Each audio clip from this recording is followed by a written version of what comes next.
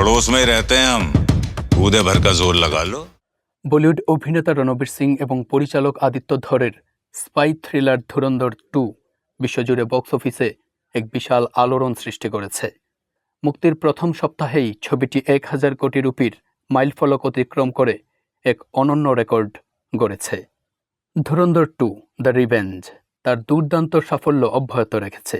ছবিটি এমন আলোড়ন সৃষ্টি করেছে যে শুধু সমালোচক ও দর্শকই নন, ইন্ডাস্ট্রির অনেকেই এই ছবির প্রশংসা করছেন। করণ জোহর সোশ্যাল মিডিয়ায় ছবিটির প্রশংসা করে লিখেছেন, এই নতুন পরিচালক নিশ্চিতভাবেই বক্স অফিসের রেকর্ড ভাঙবেন এবং প্রতিটি রেকর্ডই ভেঙে দেবেন।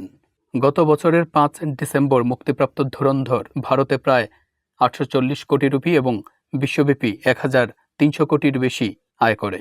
চলতি বছরের 19 মার্চ মুক্তি পাওয়া ধুরন্ধর 2 ইতোমধ্যে ভারতে 715 কোটির বেশি এবং বিশ্বব্যাপী 1128 কোটির বেশি আয় করে 2026 সালের সর্বোচ্চ আয়কারী চলচ্চিত্রে পরিণত হয়েছে।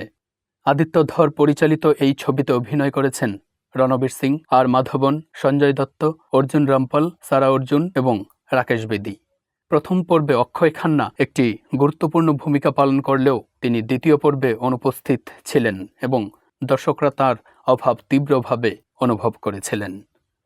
চলচ্চিত্রটির কাহিনীতে ভারতীয় গুপ্তচর জাসকিরাত সিং রাঙ্গি ওরফে হামজা আলী মাজরির গল্প তুলে ধরা হয়েছে, যাকে একটি সন্ত্রাসী গোষ্ঠী ধ্বংসের মিশনে পাকিস্তানের লিয়ারিতে পাঠানো হয়। রণবীর সিংয়ের ক্যারিয়ারে এটি একটি বড় মাইলফলক হিসেবে দেখা হচ্ছে। আদিত্য ধরের পরিচালনায় এই স্পাই থ্রিলারটি চলতি বছরের অন্যতম বড় ব্লকবাস্টার হিসেবে নিজের অবস্থানও পাকাপোক্ত করেছে।